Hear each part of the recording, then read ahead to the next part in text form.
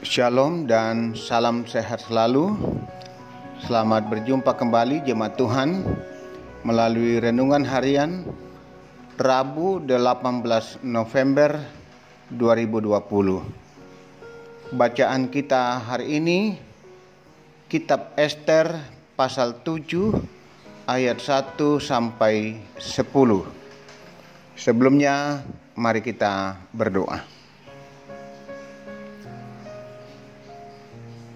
Ya Tuhan, Engkau Allah yang sungguh baik dalam kehidupan kami. Ajar kami terus mencukuri kasih dan kebaikan-Mu, supaya kami tetap hidup setia, taat dan melakukan apa yang baik dan benar di mata Tuhan. Firman-Mu akan menuntun kami untuk kehidupan hari ini. Roh Kudus, pimpin kami agar kami memahami dengan baik firman Tuhan. Tuhan, bersabdalah. Di dalam Yesus Kristus kami mohon. Amin. Ester pasal 7 ayat 1 sampai 10. Haman diadukan oleh Ester dan dihukum mati. Datanglah raja dengan Haman untuk dijamu oleh Ester sang ratu. Pada hari yang kedua itu, sementara minum anggur, bertanyalah pula raja kepada Ester, "Apakah permintaanmu, hai Ratu Ester? Niscaya akan dikabulkan. Dan apakah keinginanmu? Sampai setengah kerajaan sekalipun akan dipenuhi." Maka jawab Ester, sang ratu, "Ya raja, jikalau hamba mendapat kasih raja, dan jikalau baik pada pemandangan raja, karuniakanlah kiranya kepada hamba nyawa hamba atas permintaan hamba, dan bangsa hamba atas keinginan hamba. Karena kami, hamba serta bangsa hamba, telah terjual untuk dipunahkan, dibunuh dan dibinasakan. Jikalau seandainya kami hanya dijual sebagai budak laki-laki dan perempuan, niscaya hamba akan berdiam diri. Tetapi malapetaka ini tiada taranya di antara bencana yang menimpa raja." Maka bertanyalah Raja Ahasweros kepada Ester, sang ratu, "Siapakah orang itu dan di manakah dia yang hatinya mengandung niat akan berbuat demikian?" Lalu jawab Ester, "Penganiaya dan musuh itu ialah Haman, orang jahat ini." Maka Haman pun sangatlah ketakutan di hadapan raja dan ratu.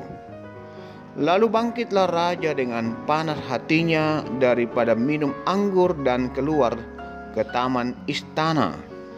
Akan tetapi Haman masih tinggal untuk memohon nyawanya kepada Ester, sang ratu, karena ia melihat bahwa telah putus niat raja untuk mendatangkan celaka kepadanya.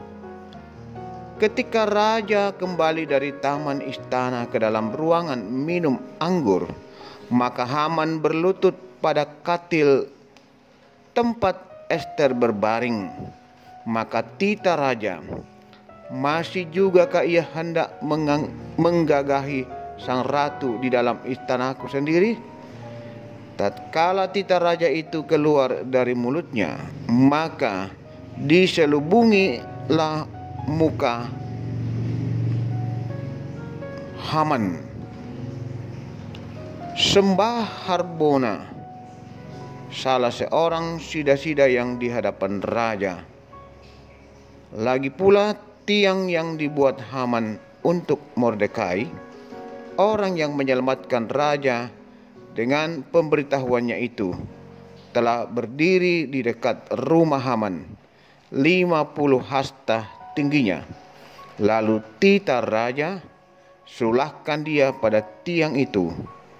Kemudian Haman disulahkan pada tiang yang didirikannya untuk Mordekai. Maka surutlah panas hati raja.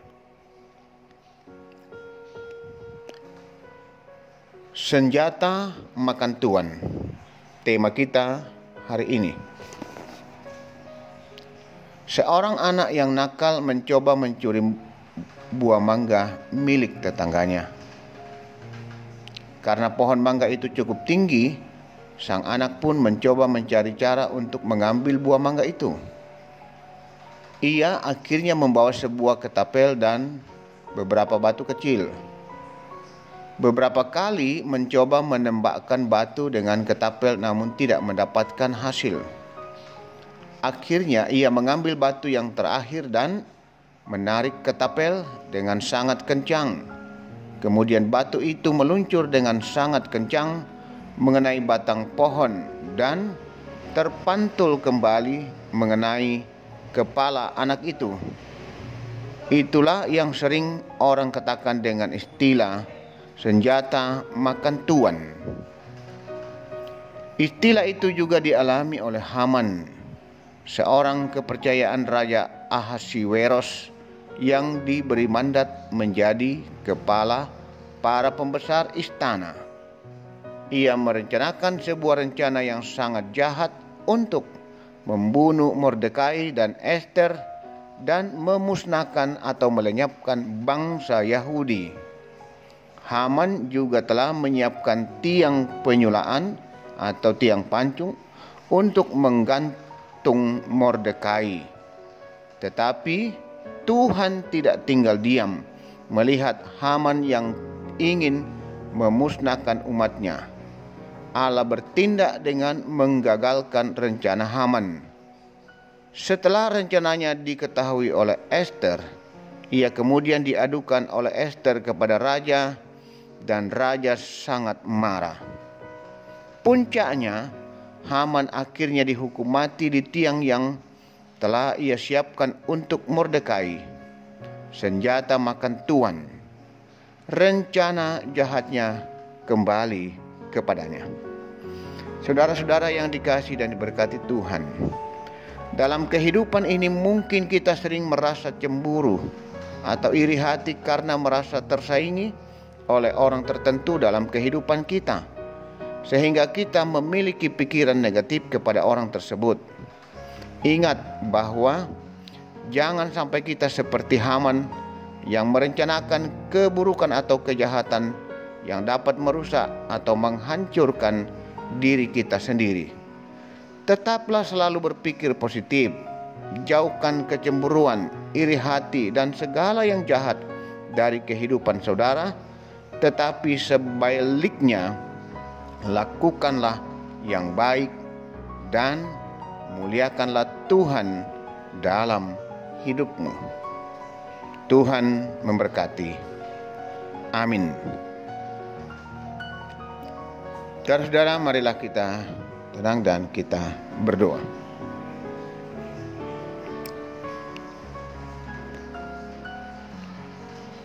Tuhan, ajar kami selalu berpikir positif dan bagaimana kami mampu menerima kelebihan orang lain tanpa bersikap iri hati, cemburu, bahkan dengki, sehingga membuat kami selalu berpikir negatif, merencanakan hal-hal yang jahat terhadap orang. Karena apapun yang namanya jahat tetap tidak berkenan di hadapan Tuhan. Karena jahat adalah dosa dan Tuhan membenci dosa. Bapa Surgawi, firman-Mu mengajar kami hari ini, supaya kami menjauhkan diri dari segala sikap iri hati, dengki, cemburu, dan selalu merencanakan yang jahat kepada orang lain. Biarlah kami selalu berpikir positif dan mampu berpikir melakukan apa yang baik dan berkenan di hadapan Tuhan.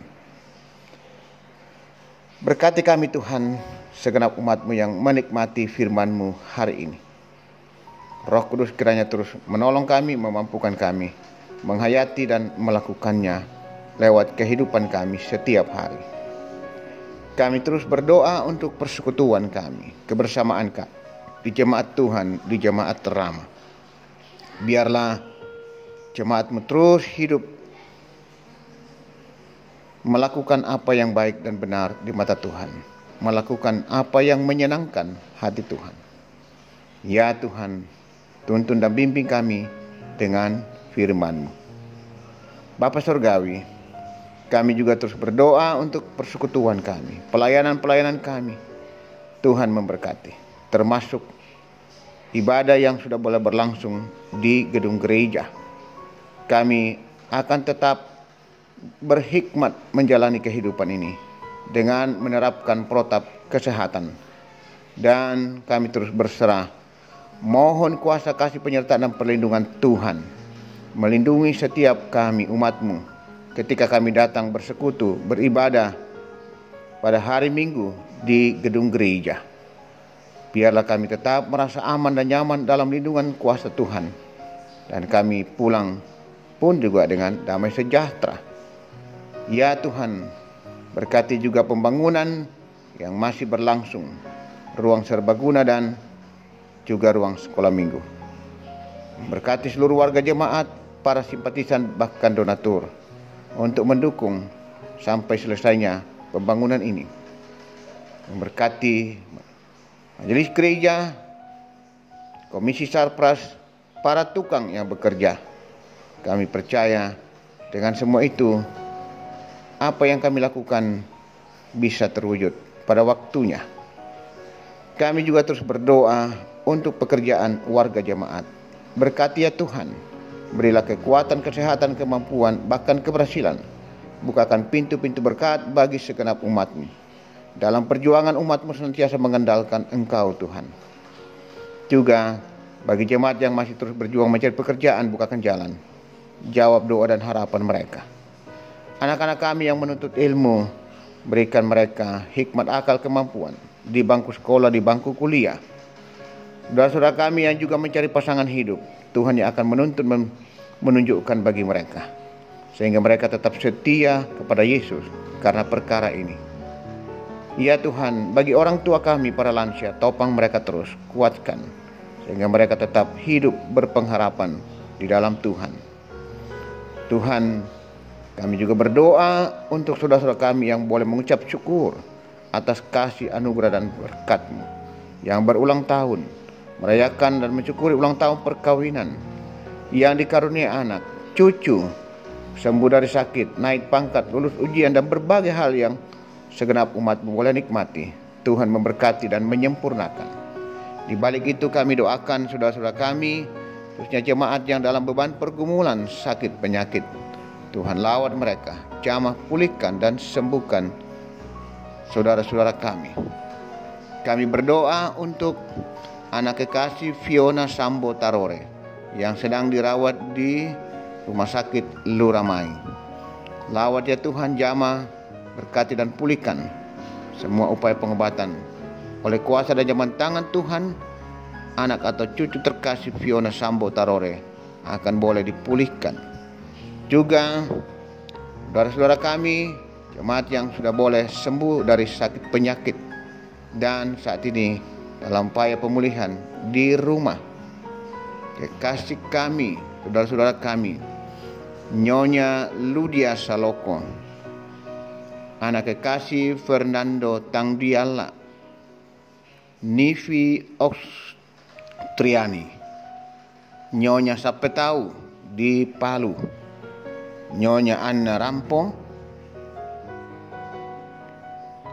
Randy Sarira, anak kekasih Tania Tiku Padang, Yaken Nyonya Cehadengen, Nenek Bokko, Nyonya Matius Ruru, Nyonya Yeti Julius Yusuf, Bapak Albertus Pengmasak, Bapak Yunus Mu'din, Bapak TR Andi Lolo, Bapak Yusuf Rante, Bapak Oni Lakbur Lawal, Jeko dan Pascal, anak dari Bapak Daniel Langan, Bapak Yes Salulinggi, Oma Keti, Nyonya Margareta Kobong, Bapak Karel Paranoan, Nyonya Ludia Kandola, Bapak Yusuf Dengen, Nyonya YS Banne, Saudara Naftali Minna, Nyonya Hermin Bongga, Nyonya Yohana Bura, Bapak Daniel Lupang, Nyonya Damaris Sirri, Bapak Sugeng Prihatno, Nyonya Marta Bangalino, Nyonya M. Baharudin Dendang, Nyonya Magdalena, Bapak Yakob Buang, Nyonya Marta Laklang, Bapak Penatua Yoni Sipi, Nyonya Peter Tena, Nyonya Ruse.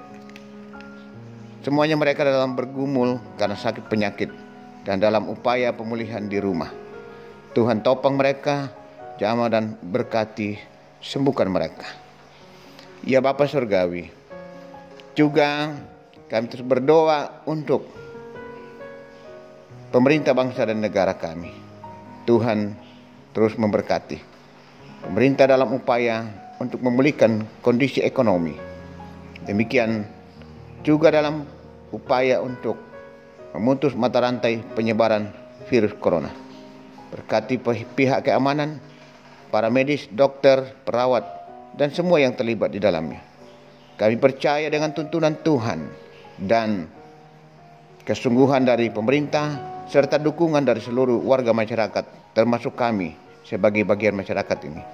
Upaya itu akan berhasil.